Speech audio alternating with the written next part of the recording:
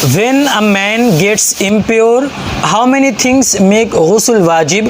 How many types of farz ghusl, sunnah ghusl and mustahab ghusl are in Islam? How many farz are in ghusl and how many sunnahs are in ghusl? Let's get to know in this video.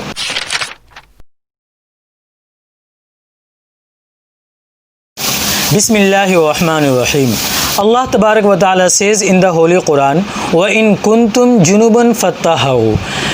If you are in a state of ceremonial impurity, bath your whole body. There is a hadith as well of Abu Dawud, لا تدخل الملائكة بيتا فيه كلب ولا سورة ولا جنوب. The angels do not enter a house where there is a dog or a picture or dirty person.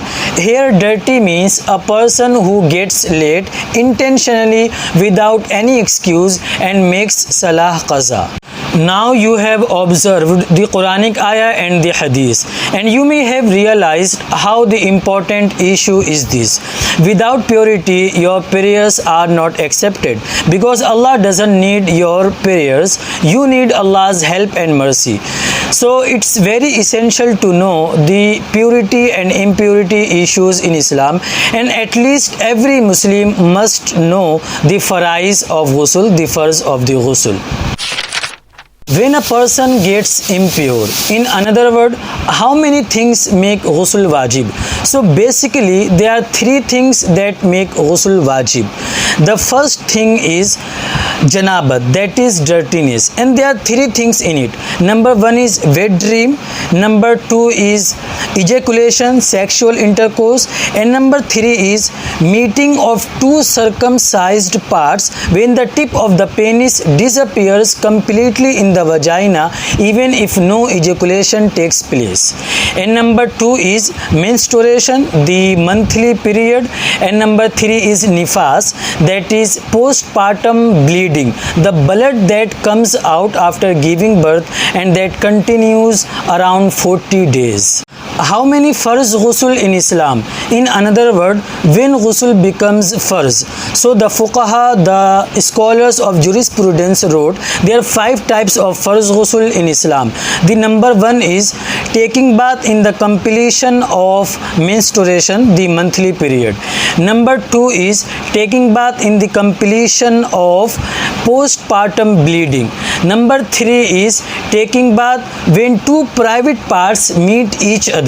Number four is taking bath after wet dream, and number five is taking bath when the semen discharges with jerk and lust.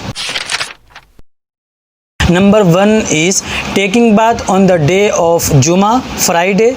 Number two is taking bath on the day of both Eidain, Eid al-Fitr and Eid al-Azha. Number three is taking bath on the day of Arfa when a person goes to pilgrimage. Number four is taking bath at the time of wearing ihram.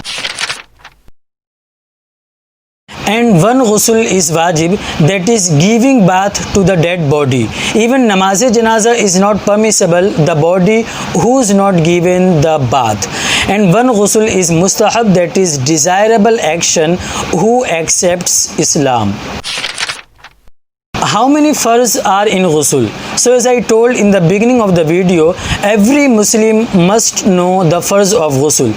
If it's done, the ghusl is done. And it's very simple. There are three things farz in ghusl.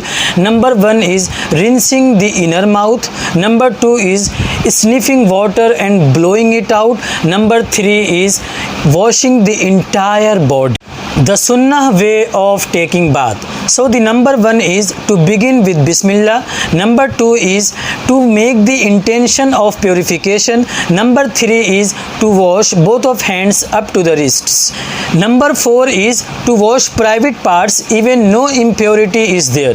Number five is to wash off any impurity on the body before starting ghusl.